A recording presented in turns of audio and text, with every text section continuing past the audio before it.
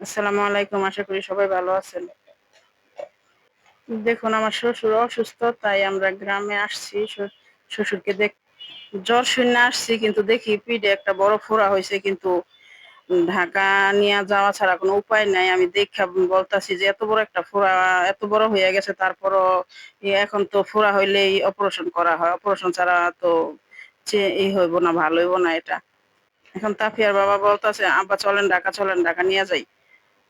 হ্যাঁ, এখন বলতেছে না আমি যামু না যামুই না, অনেক তেরা। আমার শ্বশুরে দেখেন চেহারায় বোঝা যায় খুব রাগী।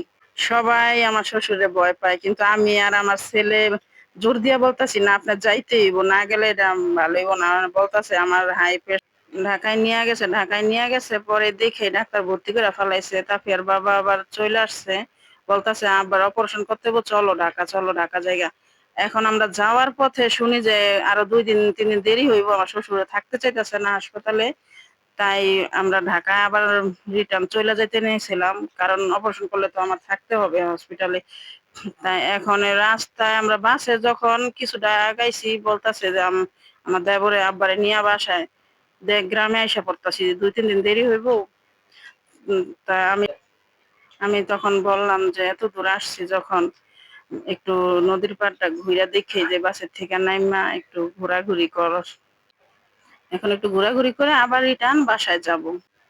আমার দেবরও বলতাছে ভাবি একদিন থেকে পরের দিনই যান, আব্বারে দেখেই যান।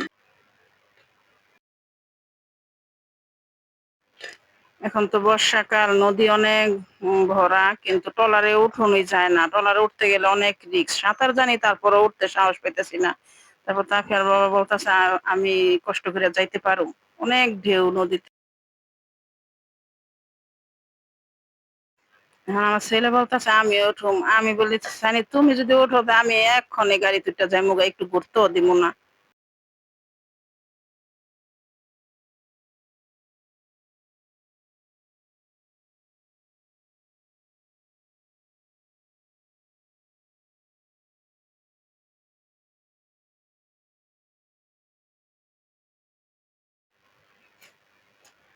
ঘোরাঘুরি শেষ করে এখন আমরা আবার গ্রামের বাড়িতে চলে যাচ্ছি।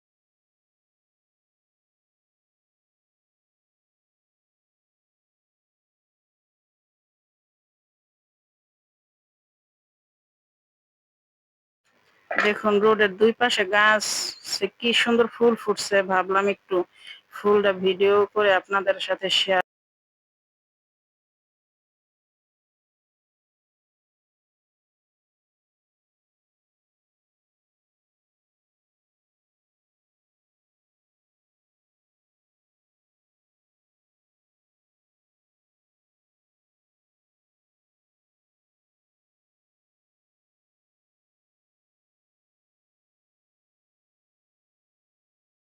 দেখুন তাফিয়া ঘুমায় গেছে বাসে। বাসে প্রচুর বাতাস।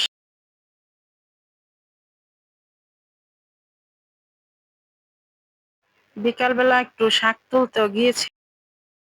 দেখুন আমার মামাতো বোনে বলতেছে দেখ কাঁঠাল দিয়ে এভাবে পইচা পইচা পইড়া যায়, নষ্ট হইয়া যায়। আমি আবার বলি একটু ভিডিও করি দেখি।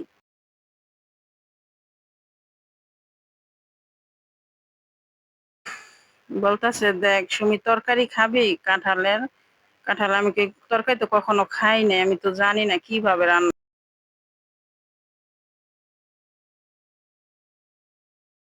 গ্রামের বাড়ির দৃশ্য সব সময় ভালো লাগে। দেখুন কাছি হাতে নিয়ে সকাল হইলে বের হয় কোন গাছে কাঁঠাল পচ্চা রয়েছে, কোন গাছে আম। তার জন্য আমি আবার ভাবলাম ঘুরে ঘুরে একটু ভিডিও করি। ঢাকায় থাকি ঠিকই মনটা গ্রামে পড়ে থাকে, কিছু করার নেই, তার জন্যই ঢাকা থাকতে হয়। তাই মাঝে মাঝে আমি এইভাবে গ্রামের সিন ভিডিও করে দেখি। ধন্যবাদ সবাইকে আমাদের ভিডিওটি দেখার জন্য।